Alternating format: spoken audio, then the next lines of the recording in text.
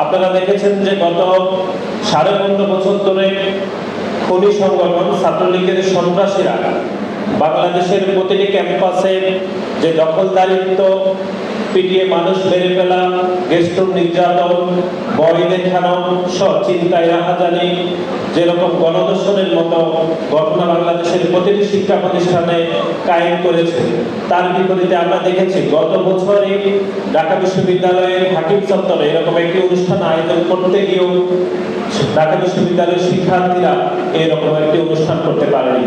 আমরা দেখেছি ঢাকা বিশ্ববিদ্যালয়ের হাকিম চত্বরে ছাত্রলীগের সন্ত্রাসীরা পবিত্র কোরআন তেলাওয়াত করতে তারা বাধাগ্রস্ত করেছে। এবং গত বছর পবিত্র মাহে রমজানের একটি ইফতার মাহফিলকে কেন্দ্র করে ঢাকা বিশ্ববিদ্যালয় আইন বিভাগের শিক্ষার্থীদেরকেও তারা মারধর করেছিল।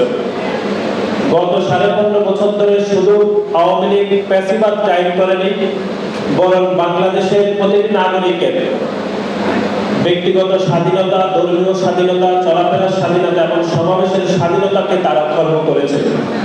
এখন যেহেতু 5ই আগস্ট ছাত্র জনতার গণ অভ্যুত্থান পরবর্তী সময়ে একটি স্বাভাবিক সময় উপনীত হয়েছে, বাংলাদেশের প্রতিটি শিক্ষা প্রতিষ্ঠানে, বাংলাদেশের প্রতিটি ছাত্র সংগঠনগুলোর মধ্যে একটি ইতিবাচক রাজনীতি চলমান রয়েছে।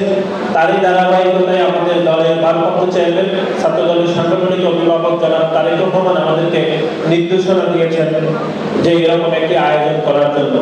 এবং বাংলাদেশ জাতীয়তাবাদী ছাত্র দলের পক্ষ থেকে মাত্র 3 দিন আমরা এরকম একটি আয়োজনের জন্য আমরা প্রস্তুতি গ্রহণ করেছি। সেখানে বাংলাদেশে 1023 জন শিক্ষার্থী যারা অফলাইন এবং অনলাইনে রেজিস্ট্রেশন করার মাধ্যমে হিফজুল কোরআন এবং কোরআন তেলাওয়াত প্রতিযোগিতায় তারা রেজিস্ট্রেশন করেছেন।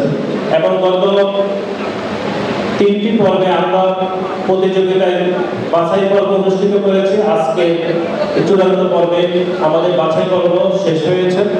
আমাদের সম্মানিত বিচারকরা আর কিছুক্ষণের মধ্যে তারা আমাদেরকে চূড়ান্ত কারা বিজয়ী হয়েছে সেটি আমাদেরকে ঘোষণা করবে।